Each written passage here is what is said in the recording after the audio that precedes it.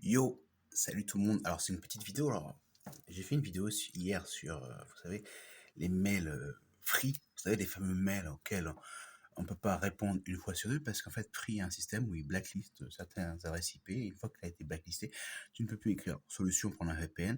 Si ce VPN a été blacklisté, enfin bon, bref. Enfin voilà, c'est une longue série. Alors dans, dans les fondements du principe de ce blacklistage, je comprends. C'est pour éviter que certaines personnes fassent du spam.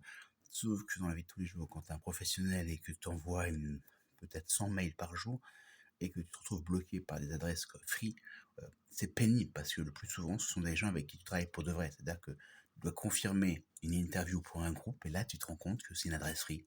Tu peux pas répondre. Donc, tu es obligé de recommencer. Et Free a une super idée, c'est que le blocage est maintenu pendant 24 heures. Et si jamais pendant ces 24 heures, tu réenvoies un message qui crée une erreur, tu es blacklisté pendant 24 heures.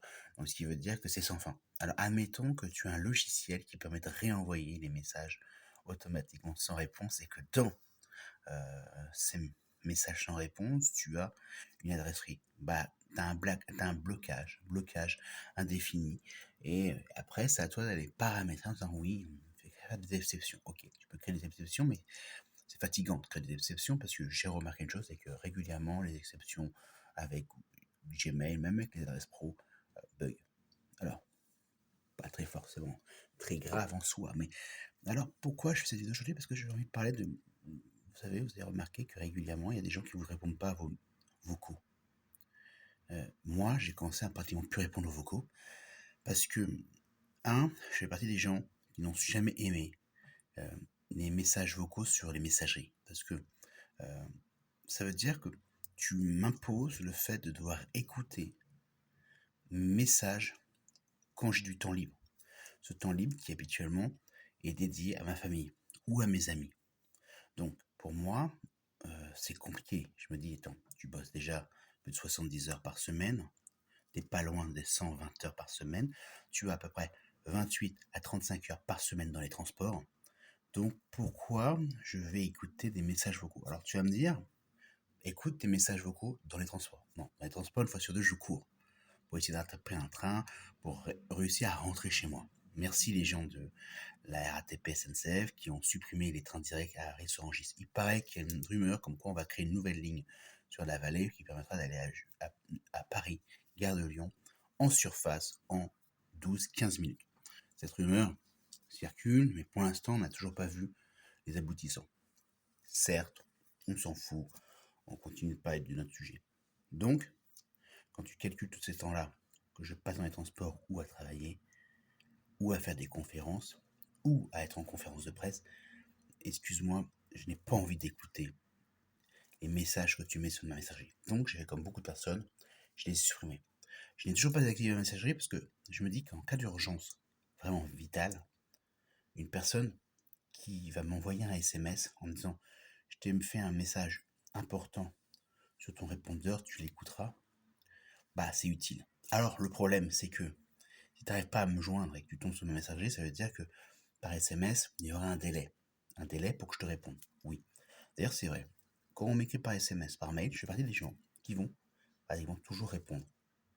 Sauf si je vois pas l'intérêt de répondre. Il y a des gens qui m'envoient 32 messages par jour. Il y a un moment, j'arrête de répondre. 32 messages, la personne, il faut qu'elle comprenne que je ne peux pas répondre à 32 messages dans une journée. Des messages qui, en fait, ne demandent aucune réponse. Si tu me fais une question, je te réponds. S'il n'y a pas de question, je ne vais pas répondre. Je pars du principe, ok, j'ai reçu le message, voilà. Alors, on remarque que de plus en plus de personnes ont quitté les messageries genre Facebook, WhatsApp. Ah oui, parce qu'en fait, il y a des gens qui sont addicts aux vocaux. Les gens qui sont addicts aux vocaux n'arrivent pas à comprendre que lorsqu'ils font un vocal, ils créent une obligation à l'autre de cesser de travailler, de cesser leur activité, de tout arrêter pour écouter un vocal.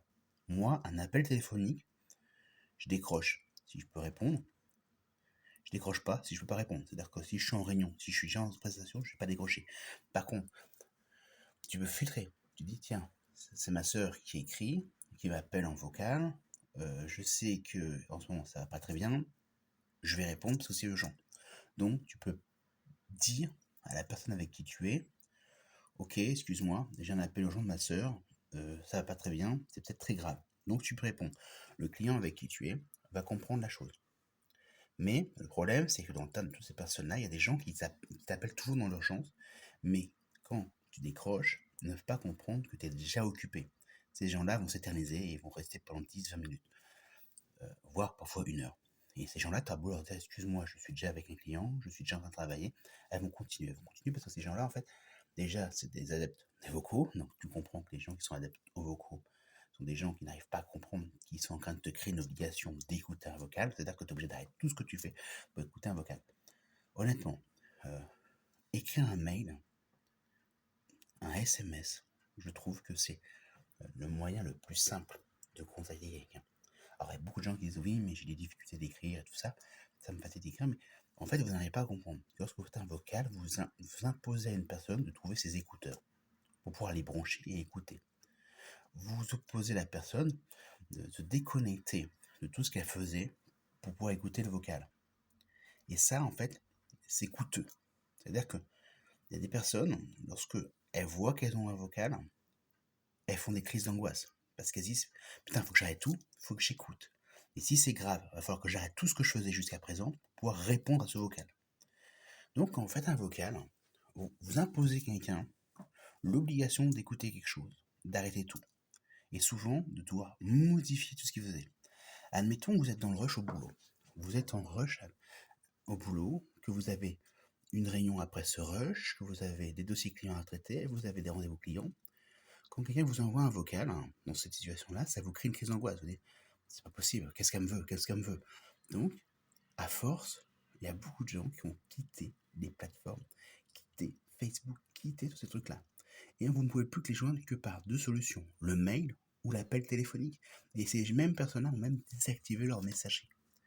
Et je dis ça à tous les gens qui sont adeptes aux vocaux. Quand vous envoyez un vocal, partez du principe qu'en fait, vous faites une obligation chez quelqu'un. Personne n'aime être obligé.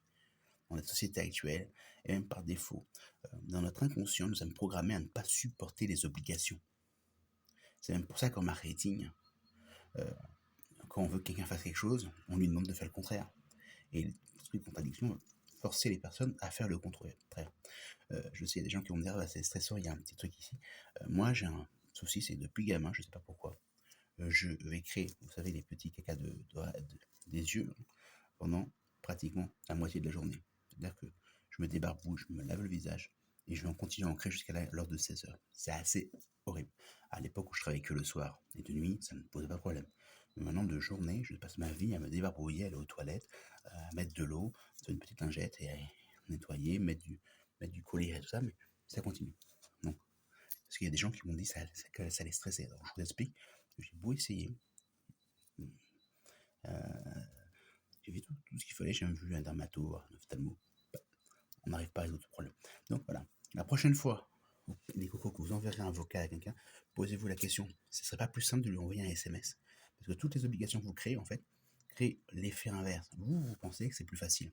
C'est la facilité. Bah, je vais faire un vocal, il va écouter. Non, non, non, non, non. Les gens qui vont vraiment écouter ça quand ils ont 5 minutes, ce sont des gens qui n'ont pas internet sur leur téléphone. C'est-à-dire que quand ils vont arriver, qui vont over Facebook, ils vont faire ça.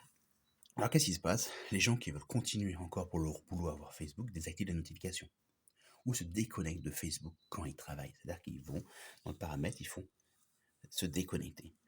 Et donc, peut-être qu'un jour, il y a une grosse urgence vitale qui ne va pas arriver à la personne, au destinataire, parce que un grand nombre de gens abusent des vocaux. Les vocaux, c'est comme les signaux d'alarme dans les trains, dans les, dans les bus. Faut pas en abuser. Faut le faire que quand c'est urgent, quand c'est nécessaire. Voilà, petit message. Prenez soin de vous.